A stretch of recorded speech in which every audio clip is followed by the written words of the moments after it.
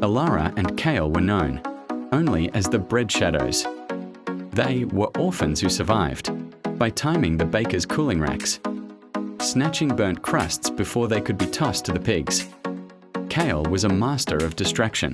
Alara had feet as silent as moonlight. Their kingdom was dying, ruled by a lineage of lords who had forgotten the taste of hunger, while the nobility feasted on larks' tongues. The wells ran dry and the fields turned to dust. One winter, a great trial was announced. The old king, childless and desperate to save his legacy, declared that any pair, noble or common, who could retrieve the heart of the mountain, a legendary seedstone capable of healing the land, would inherit the throne. The nobles brought horses, steel, and maps. Kale and Alara brought only the instincts of those who had lived on nothing. While the knights weighed themselves down with heavy armor, Alara and Kale climbed the treacherous Razor Peak by feeling the rock's pulse, a skill learned from years of scaling city walls.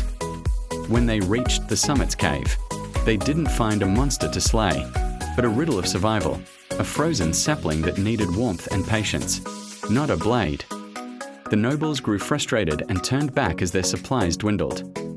But Alara and Kale, used to the gnaw of an empty stomach, shared their last scraps and huddled together to keep the sapling from freezing. They didn't see a prize. They saw a life that needed protecting. When they descended months later, the stone in their hands was glowing with a vibrant emerald light. They didn't ride into the capital on horseback. They walked in on calloused, bare feet. They were crowned not because of their blood, but because they were the only ones who knew that a kingdom is not a treasury to be guarded, but a garden to be tended as king and queen.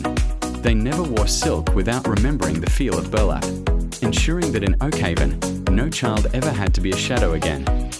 In the soot-stained alleys of Oakhaven,